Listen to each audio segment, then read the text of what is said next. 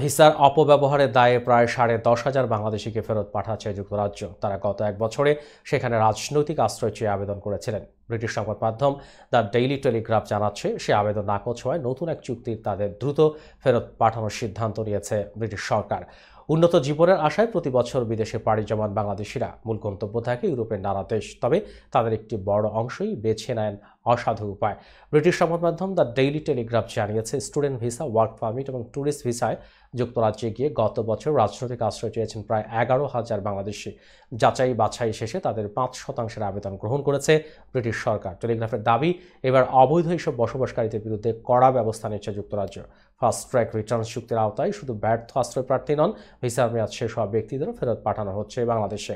Visa ব্যবস্থার এই অপব্যবহারকারীদের তালিকায় শীর্ষে রয়েছে পাকিস্তান। গত বছর রাজনৈতিক আশ্রয় চেয়েছিলেন 17,400 পাকিস্তানি, আর এক্ষেত্রে ভারতীয়দের সংখ্যা 7,400।